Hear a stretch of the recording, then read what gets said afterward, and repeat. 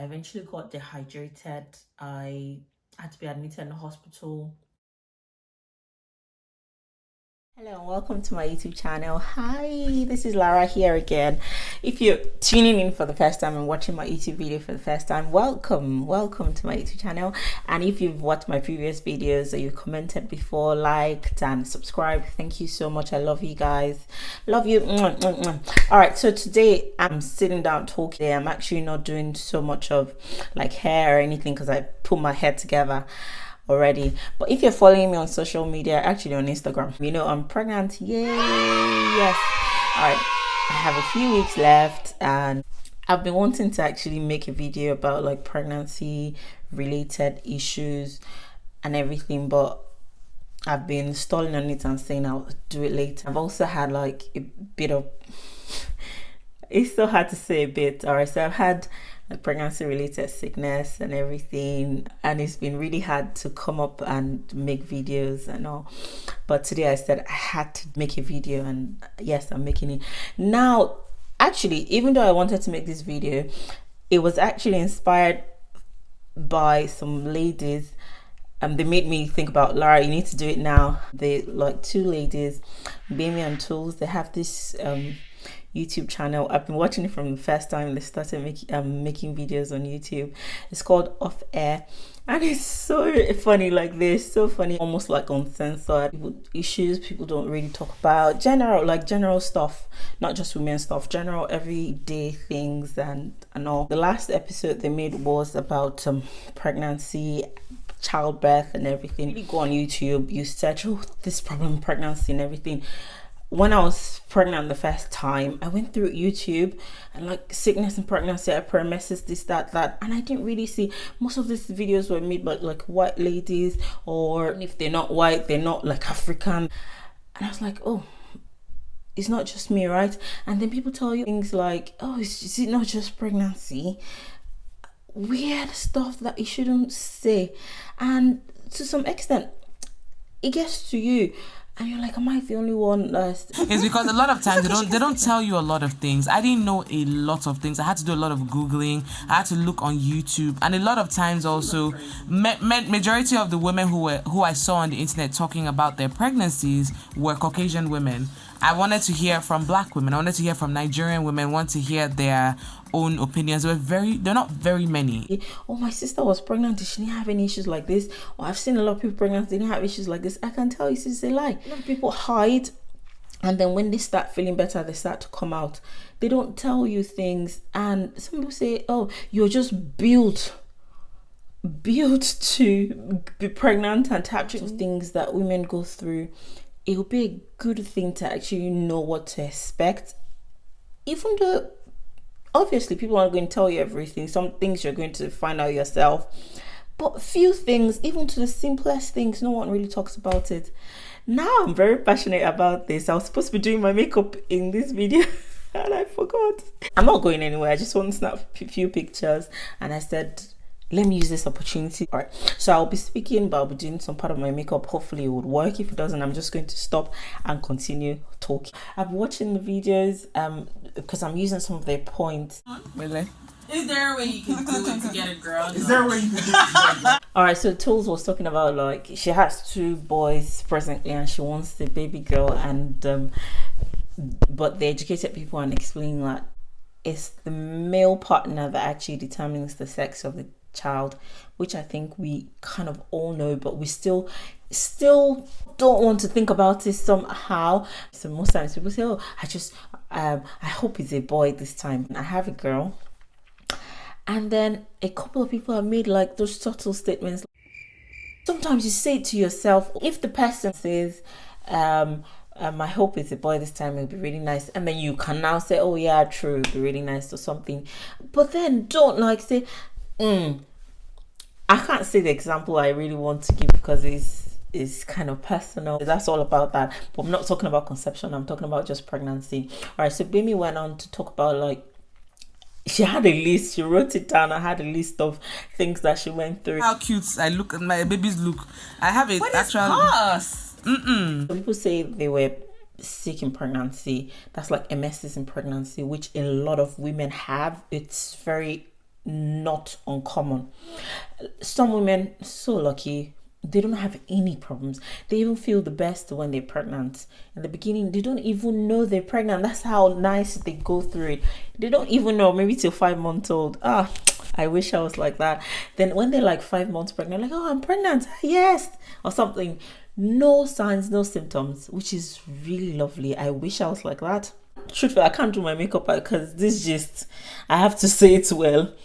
So in my first pregnancy, I knew it was planned, so I knew I was going to get pregnant this month. I can tell you that 10 days after ovulation, I checked, it was positive, and in less than a few weeks, I was starting to be sick, and I told myself, oh, it's just normal pregnancy sickness. Kid you not, I was lying to myself 100%.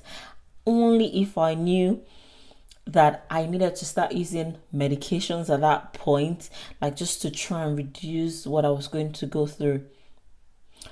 By the 5th week, I was miserable.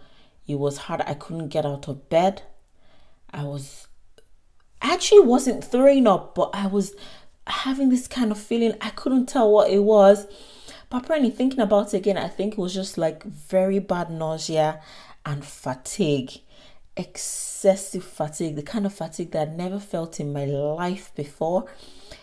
And I was telling myself, I'm pregnant, I don't want to use any medication, I don't want to go to hospital because I'm going to be fine. I was also lying. I didn't get better. I had this intense sick feeling that I was trying to overcome it, because if you know me personally, you would know I feel like I act really strong. I don't fall sick. I can't remember ever being sick before. I was just telling myself, no, pregnancy can't let me down. I just come up and then go to the kitchen. I want to try to cook. And that it wasn't possible. Or try to clean, because that's my normal routine. It was not possible. It's so hard to explain. It's humanly hard to explain what it was. I could not understand it. I would just lay down there. I couldn't taste, like I felt like eating stuff, then I put it in my mouth. It didn't taste the same way anymore. The smells were horrible. The smell of stew, smell of tomatoes, a smell of peppers. It was so bad. Bread, everything smelled horrible. The only reason why I was trying to eat was just to survive, like try to hydrate, because I knew I could get dehydrated if I don't drink something or eat something. I moved to the bedroom and I couldn't come out. Couldn't go to work anymore. I could not go down the stairs. Couldn't speak to people on phone. I couldn't look on the screen on my phone to read. I couldn't see. So at some point I was trying to, let me go on my phone, not to be bored, like I'm sick, but then I could still maybe chat with people. I could not chat with people. My brain could not do it. I didn't have any strength. First, I was going to start with women that are trying to get pregnant.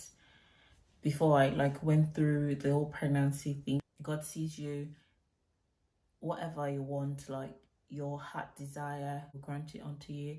Your pregnancy is going to be beautiful. It's taking time, but it would happen. Yeah, amen. I've successfully pulled foundation on my face.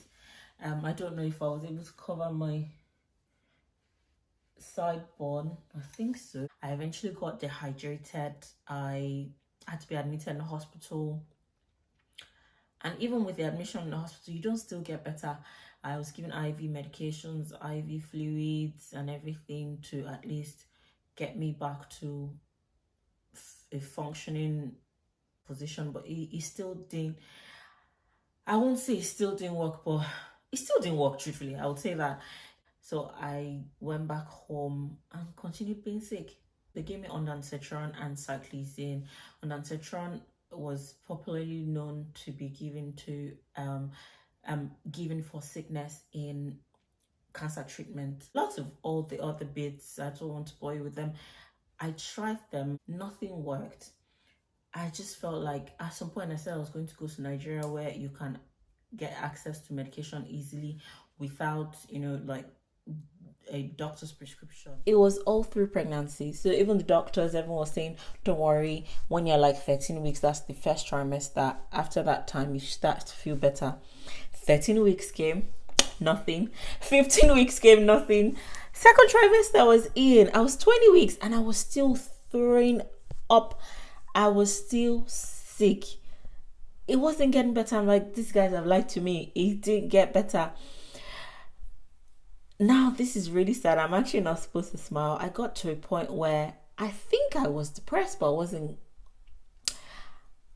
I tried to conquer it. All right, for everyone that's depressed, it's not everyone that can personally deal with it. You need to see a professional if you are going through depression. Yeah, I use medications till the end of pregnancy, even till the last day of delivery. It got better. You know, there's this thing, inside life things now.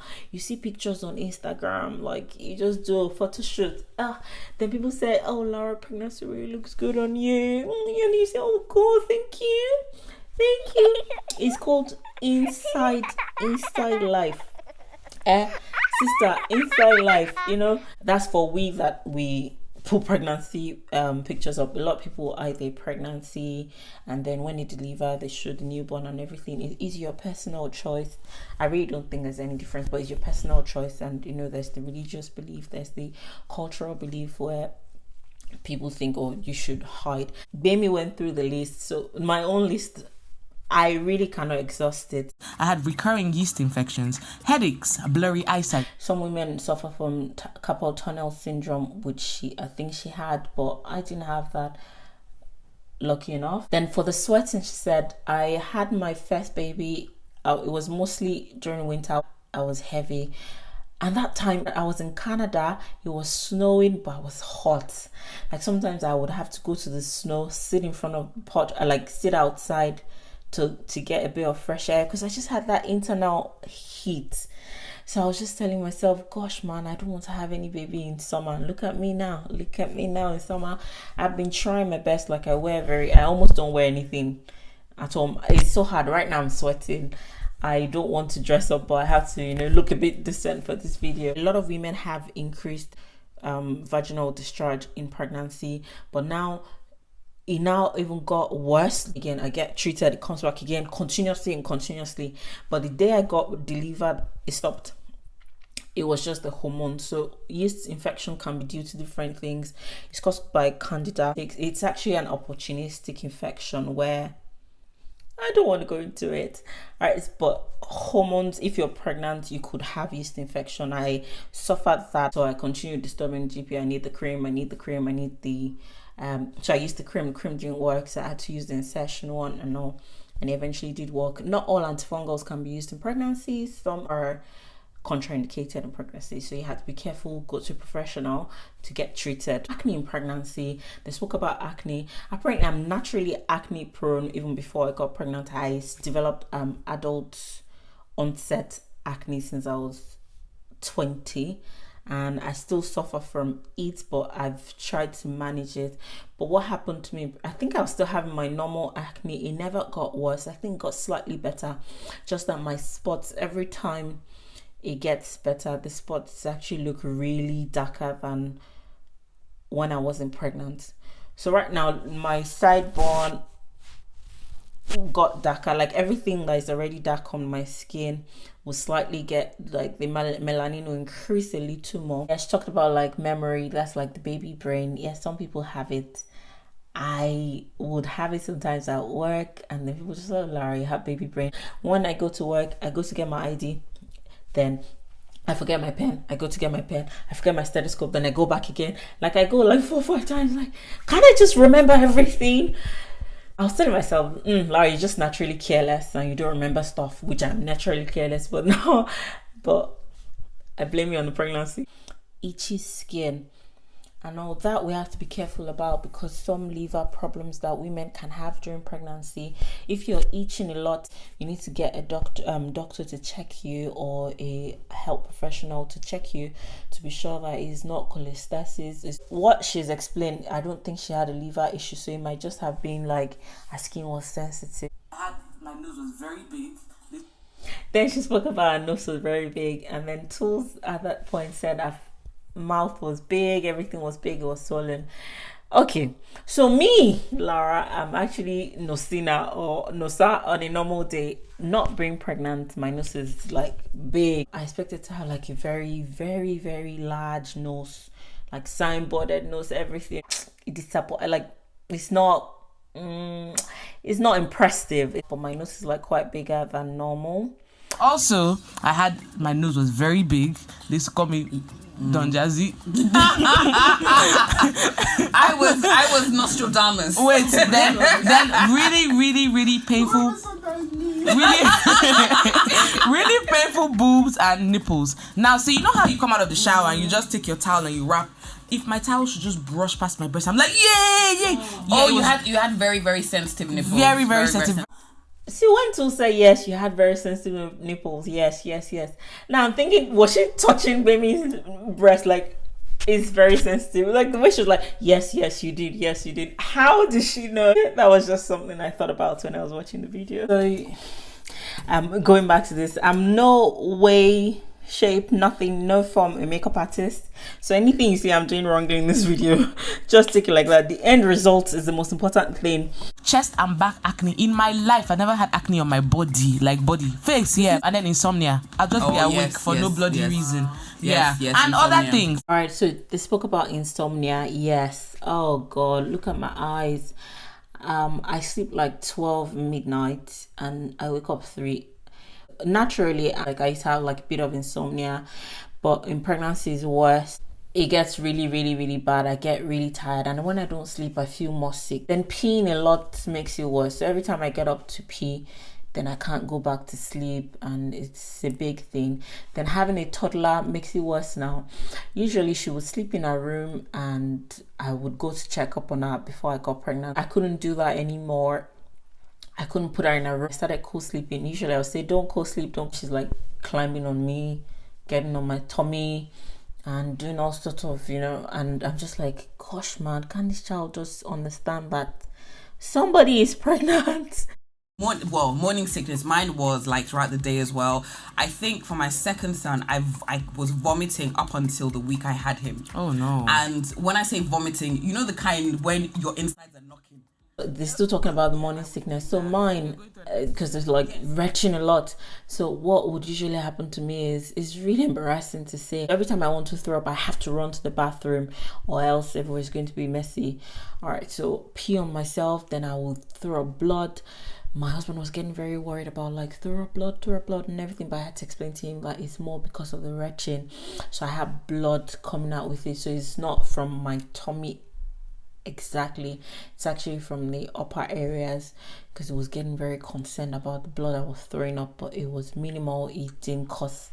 I checked my blood level, it was normal. Which trimester did you find was the hardest? My hardest trimester in my first pregnancy, there was nothing like trimester for me, because my first trimester was bad, second trimester was bad, third one was bearable, where I could now take like nice pictures and everything. In this one, third trimester, I'm in third trimester now. So first one was bad. Second trimester was better. And then I'd never experienced that pregnancy glow before, and I don't know if I had it, but a lot of people said, Lara, you're glowing. I'm like, are you serious? Oh my goodness. So I would say this one is first and maybe third, but I can't really speak too much, and I'm trying to be positive. No, yeah, even I had really, really intense toothache. All right, so about oral hygiene generally, pregnancy sometimes can make you bleed a lot more. Sometimes when you're brushing, usually you could have like a bit of bleeding from it. You see blood in your sputum and all when you're brushing, but in pregnancy it can be worse. Like you just see like a lot of blood, like, oh, why am I bleeding so much? It's just the hormones and everything have increased and are causing you to bleed. I'm trying not to go professional and explain things like the pathophysiology of it, no, but yeah, it's so bad that sometimes I wake up and I just spit and I can see blood. I'm like, oh, I don't have any cuts anywhere. I can't really find anything. It's just, very hyper, your vessels are like very active and they're causing you to bleed. But if you're bleeding excessively, then you have to go see a doctor. Sometimes you have nosebleeds too. Some will have rhinorrhea, have wet nose throughout pregnancy. They have this runny nose every time, coryzal every time, and it's just the hormones that have caused it. Then women that have allergies previously, it could even get worse. Pregnancy just comes with stuff, right? As for because of a previous surgery, I had a blood clot in my lungs, and so This is during the previous. It's serious. yeah. So from week 20, I had to start to inject myself. Take maybe every click day saying. until So I think we should taking like a blood thinning medication. Women are prone to blood clots when you're pregnant, so that's why you have to be a bit active when you're laying down too much, or if you go on a flight, you need to take precautions. When I was traveling to Canada, I was given the stockings to wear during the flight, like they gave me from a hospital, because you're prone to throwing a clot, so you have to be very careful with that. And then some people will see like videos of pregnancy, so it's not just pregnancy, and because you've been through pregnancy and you've had 10 children, and it doesn't actually still make you like a guru, because some women go through it differently. Every pregnancy is different. Same woman, every pregnancy can be different. Then every pregnant woman is different, so what you experience is different. Hebrew woman thing and all that, but there's no competition to pain. Can we not have a competition of pain? Like, can we just take it easy? We all can talk about our experiences, but at the right time. So we don't like give you a round of applause for it. Going through a hard pregnancy doesn't make the child love you more, or doesn't make you a better mother than somebody else. So going through the worst doesn't make you better in any way. Someone else can actually help you make your pregnancy better by telling you, do you know that if you take vitamin B6 before this can help you reduce, things can work for you. A lot of simple things can actually make things better. People talked about garlic. I remember trying everything, like a few people advised to take, but most of it didn't work. But some women, it worked for them, where they take garlic and it helps them, or they take pineapple, it helps them. It just wasn't, or even garlic biscuits and all the rest, but it didn't do anything for me. But I tried them. It works for a lot of women. So I had to even call my friend's sister when I was in this. Like, I was crying on phone. I don't cry. I was in tears on phone because I was on the floor, sick to my bones. Like, what can I do? Because she had experienced hyperemesis. I remember she spoke about it before and said she had experienced sickness in pregnancy. And she's a midwife again. So I called her up and said, what can I do? And she said, Lara, go to delivery, go to the hospital. That's what she told me. Go to the hospital, tell them to give you ondansetron. Go to the hospital, and that helped me. Even when she told me, I was stalling at first, let me not go yet. But as soon as she just told me, you haven't gone to hospital, like, go to hospital, and I did. Use your influence as a doctor and tell them that I'm not going anywhere, you need to admit me. And it helped. Like, I'm very thankful that she told me to do that, because I used most of those things she said, like using the medication early and all, helped me in the second one. I was still sick, but it still helped to cope a lot more than the first one.